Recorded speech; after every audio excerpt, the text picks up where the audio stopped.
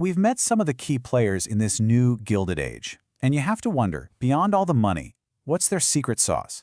Well, it turns out there seems to be a common playbook that all of these founders are following, whether they know it or not. It really seems to boil down to these four things. First, every single one of them saw a problem or a gap that almost everyone else was just overlooking. Then they became completely obsessively focused on solving it. They used that constant fear of being left behind not as a weakness, but as motivation to push them forward. And finally, when the big guys came calling with a giant checkbook, they said, "No thanks, we're building this ourselves."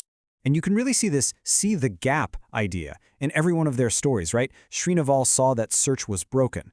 The Merker guys saw the desperate need for human feedback. Adcock saw that robots were finally ready for the real world. And for Sutskever and Murati, the gap was that AI safety and accessibility couldn't just be an afterthought anymore. Okay, so this all leads to the billion-dollar question, doesn't it? I mean, we've all seen this movie before. A tech boom happens, and then, inevitably, it busts. So, is this time going to be different?